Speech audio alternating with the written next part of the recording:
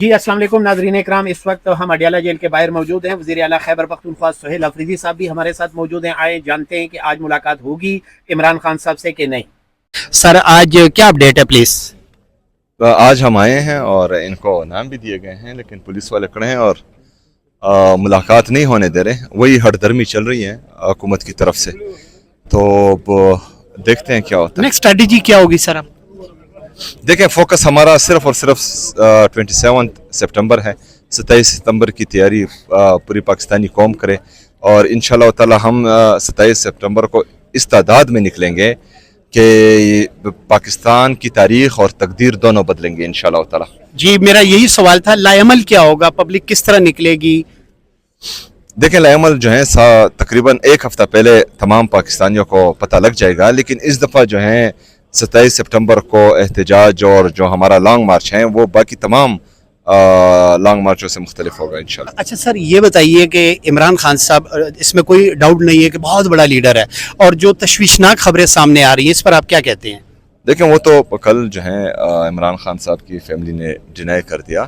بہرحال عمران خان صاحب کو کی صحت کو معمولی سا بھی کچھ ہوا، ذمہ دار یہی لوگ ہیں جو اغواکار ہیں، جو جیل انتظامیہ ہے اور جو جعلی حکومت ہے. یہ سب اس کے ذمہ دار ہیں، کیونکہ عمران خان صاحب پوری پاکستانی قوم نے دیکھا تھا جب وہ جیل جا رہے تھے تو سپر فٹ تھے. تو جیل میں جو بھی ہوگا یہ ذمہ دار ہوں گے، اور پوری پاکستانی قوم جو ہے ان سے سوال کرے گی اور ان سے جو ہے ان کا انصاف کرے گی انشاءاللہ. اچھا سر یہ بتائیے، 2 مہینے کا ٹائم رکھا گیا، یہ ٹائم کچھ زیادہ نہیں ہے سر؟ اس پر ذرا روشنی ڈالیں، کیا ایسی وجہ ہے کہ اس 2 مہینے میں آپ کرنے جا رہے ہیں؟ دیکھیں مختلف چیزیں ہیں جو بڑے احتجاج کے لیے ضروری ہوتی ہے، وہ کریں گے انشاءاللہ تعالی. اور 27 سپٹمبر دور نہیں ہے، یہ تیاری جاری ہے اور انشاءاللہ تعالی آپ کو جو ہے تمام تیاریاں نظر آئے گی. کل خیبر موومنٹ جاری رہے گی سر؟ جاری رہے گی انشاءاللہ. پنجوتا صاحب السلام علیکم سر. وعلیکم السلام جناب. سر یہ بتائیے کہ آج پھر سہیل افریدی صاحب کافی دنوں کے بعد یہاں پر آئے اور ملاقات نہیں ہو رہی ہمیشہ کی طرح، کیا کہتے ہیں؟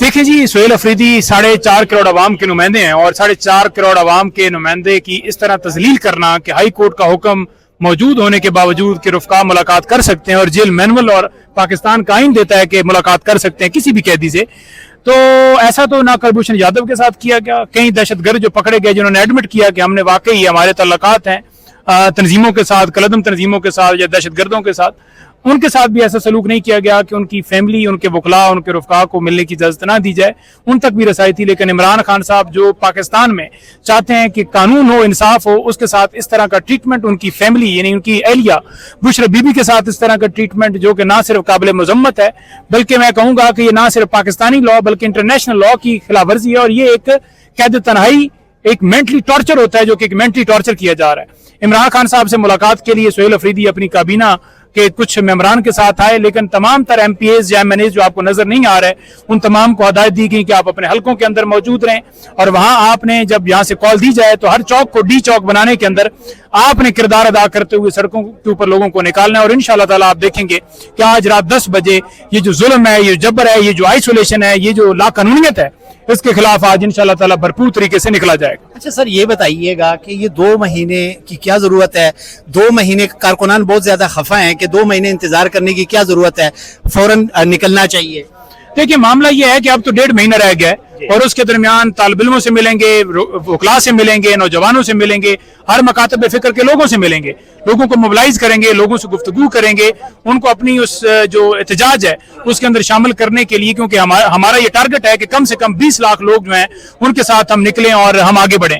تو انشاءاللہ تعالیٰ آپ دیکھیں گے کہ اس مقصد تک پہنچنے کے لیے بھرپور طریقے سے تیاری جاری ہے، اور بھرپور طریقے سے جو انتظامات ہیں وہ بھی کیے جا رہے ہیں. اور 27 سے پہلے ہی ہم امید رکھتے ہیں کہ ان کو ہوش کے ناخن آ جائیں گے، اور اگر نہیں آئیں گے تو پھر 27 کو ہم ہوش کے ناخن دلائیں گے.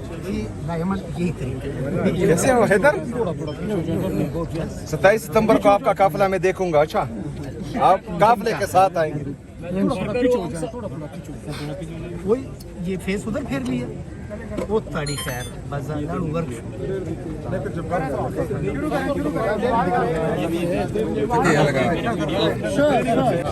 جو عام شہری ہیں اس کے ساتھ یہ کیا کرتے ہوں گے. تو یہ پوری دنیا دیکھ رہی ہے کہ ایک منتخب وزیر اعلیٰ کے ساتھ ان کا جو رویہ ہے مسلسل ہوتا آ رہا ہے. تو وہ لیکن یہ جو ہے نفرت بڑھا رہا ہے، یہ نوجوانوں میں بہت زیادہ نفرت بڑھا رہا ہے، اور جو نوجوانوں کا جوش، جذبہ اور جنون اس دفعہ میں دیکھ رہا ہوں.